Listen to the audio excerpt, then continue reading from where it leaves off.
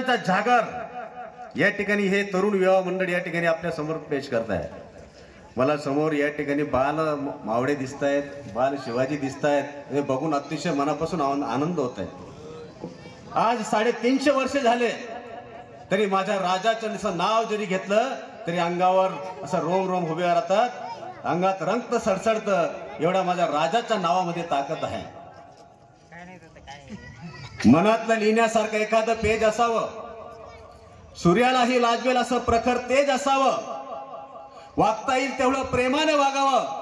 मरायला तर सर्व झाले आहेत, परंतु जगावं तर असं जगावं की शेकडो वर्षानंतर सुद्धा नाव निघावं। माझ्या राजाला 350 वर्ष झालेत, आजही आपण तेवढा उत्साहाने राजाचं नाव घेतो। माझी एक विनंती आहे, तुम्ही या ठिकाणी आलेला आहात, तुमच्या डोक्यामध्ये जे विचार असतील ते बाजूला ठेवून घरी ठेवून या ठिकाणी या। कारण कप रिकामा असला तर त्याच्यामध्ये चहा टाकला येते, पण कप जर भरलेला असेल तर ती चहा उतू जाते, आणि म्हणून इथे सांगितलेले विचार तुमच्या डोक्यात जाणार नाही। म्हणून तुमच्या डोक्यामध्ये काय असेल ते बाजूला ठेवा आणि मी जे सांगतो ते आता लक्षात घ्या। मित्रों, उन्होंने नस देखी हमारी, उन्होंने नस देखी हमारी और बीमार लिख दिया, उन्होंने नस देखी हमारी और बीमार लिख दिया। हमने रोग पूछा उससे, हमने रोग पूछा उनसे तो उसने भगवे से प्यार लिख दिया। कर्जदार रहेंगे हम उस वैद्य के, कर्जदार रहेंगे हम उस वैद्य के जिसने दवा में छत्रपति शिवाजी महाराज का नाम लिख दिया। मित्रों, आपलं कसं झालं तुम्हाला सांगतो।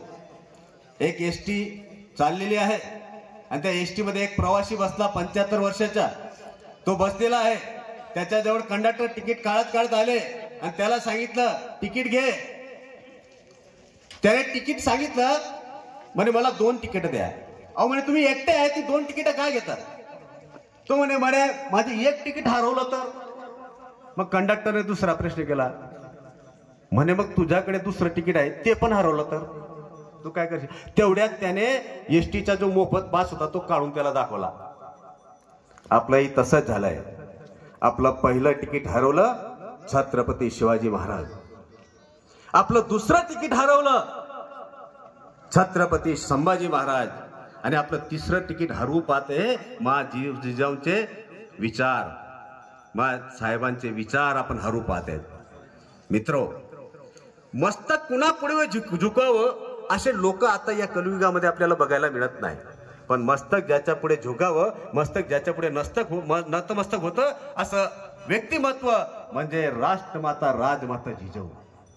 आपल्या हिंदू धर्मामध्ये 33 कोटी देव आहेत, त्यांचे कोट्यावधी मंदिर आहेत, तिथे किती लोक पूजा करतात हे माहिती नाही। माझ्या राजाचं पूर्ण एकही मंदिर नाही, पण तुम्हाला माझ्या राजाची पूजा करण्यासाठी कोट्यावधी लोक माझी राजाची पूजा करतात, हे माझ्या राजाचे कर्तृत्व आहे। राजाला सांगितलं, हिरोजीने सांगितलं, म्हणे राजे त्या मंदिरावरची जी पहिली पायरी आहे ना, त्या पहिली पायरीवर माझं नाव टाका।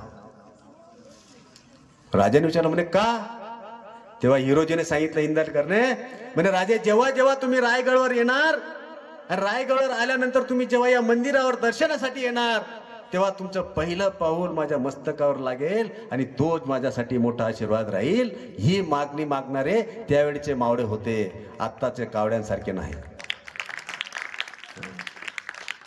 कारण आता तेव्हा राजा आपल्या कृतीतून, शौर्यातून, आपल्या पराक्रमातून राजा तयार व्हायचे। आता राजा मताच्या पेटीतून जन्माला येतात। मित्रो, एखाद्याला तुम्ही रक्तदान केलं तर एखाद्याचा जीव वाचेल, एखाद्याला अन्नदान केलं तर एखाद्याची भूक भागेल, पण एखाद्या चांगल्या माणसाला जर मतदान केलं तर देश आपण वाचवू शकतो।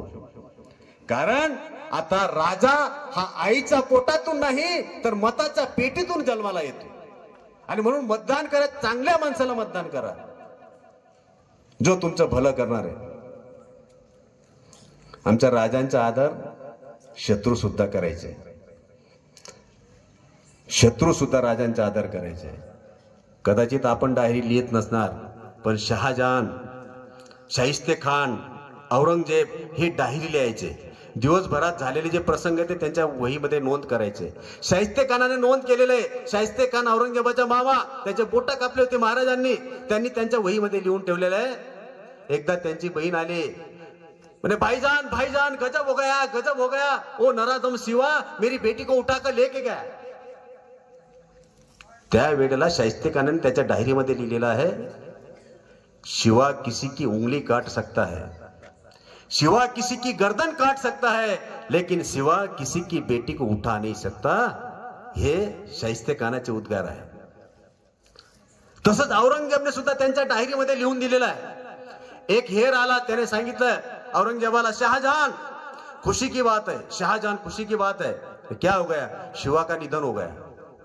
शिवा का निधन हो गया हे ऐकल्याबरोबर औरंगजेबाने खाली चटई टाकली, गुडघ्यावर बसला, हात पुढे केले आणि वर भगवंताकडे पाहून तो म्हणायला लागला, ये अल्लाह तेरे जन्नत का दरवाजा खुला रखना, ये अल्लाह तेरा जन्नत का दरवाजा खुला रखना. मिट्टी को महा कहने वाला और औरतों को इज्जत देने वाला एक नेक बंदा तेरे पास आ रहा है. हे औरंगजेबचे उद्गार आहेत. शत्रूला सुद्धा अभिमान वाटावा असा माझा राजा होता.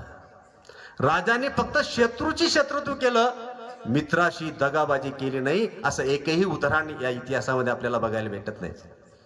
असा माझ्या राजाच्या चरित्रावर बोलताना खूप आनंद होतो. मित्रो, काय सांगावं माझ्या राजाच्या बद्दल. संकट आपल्याला आली पाहिजे. होता है किसी की पेट में से बाप पैदा होता है, किसी की पेट में से सांप पैदा होता है, लेकिन मगर मेरी माँ जिजाऊ, इसकी वो ऐसे एक माता है जिसकी पेट में से बापों का बाप पैदा होता है.